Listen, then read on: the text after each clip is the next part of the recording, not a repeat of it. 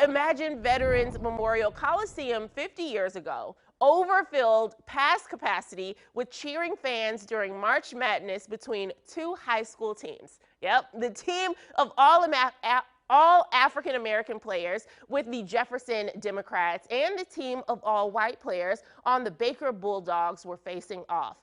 Author Drew Kaza, a Sunset High School graduate, writes about this high contrast event, weaving in state and national politics of the times in his new book titled High Contrast, a story of basketball, race, and politics in Oregon in 1972. Let's play ball.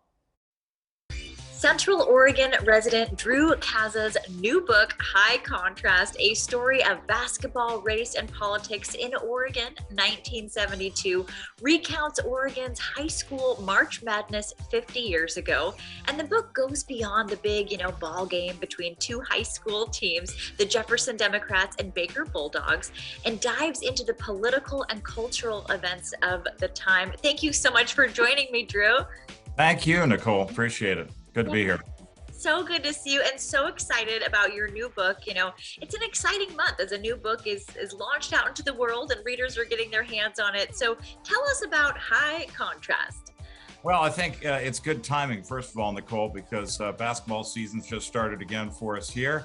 It's also election season, and this book has a lot to do with politics in Oregon back in 1972, maybe as much as basketball. But it's just a great story that I felt for years needed to be told about this first state championship team from Jefferson, the all-black team, the Jefferson Democrats' first all-black team to win the state championship, playing against a bunch of basically farm boys from Baker City Bulldogs. And so I think people were captivated by it. It happened to be the most attended indoor sporting event in the history of the state of Oregon, up to the point that the Blazers built their new arena. So 1972 high school basketball, hard to believe, but it was bigger than the Blazers. It was bigger than the Ducks or Beavers. It was the game in town everybody wanted to see.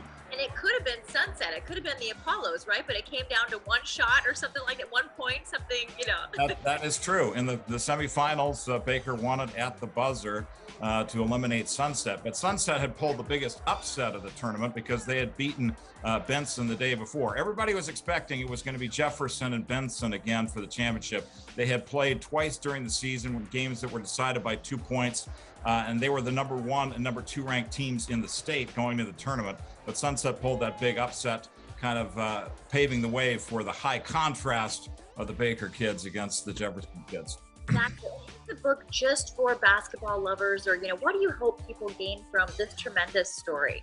Well, what I like to say to people is if you're not into basketball, you can skip through the basketball parts and read the part about Oregon history and race and politics. And if you're not into that stuff, but you like basketball, you can just read the basketball bits. Hopefully, obviously, I hope people will read the whole thing through because it is, I think, a story that, from front to back has a lot to teach us. If we look to history and learn to gain something from what we know. I mean, Oregon has a very, let's call it difficult history with race. And we won't get into the particulars here, but a lot of people are familiar with it from places like Southern and Eastern Oregon having chapters of the Ku Klux Klan in the 20th century.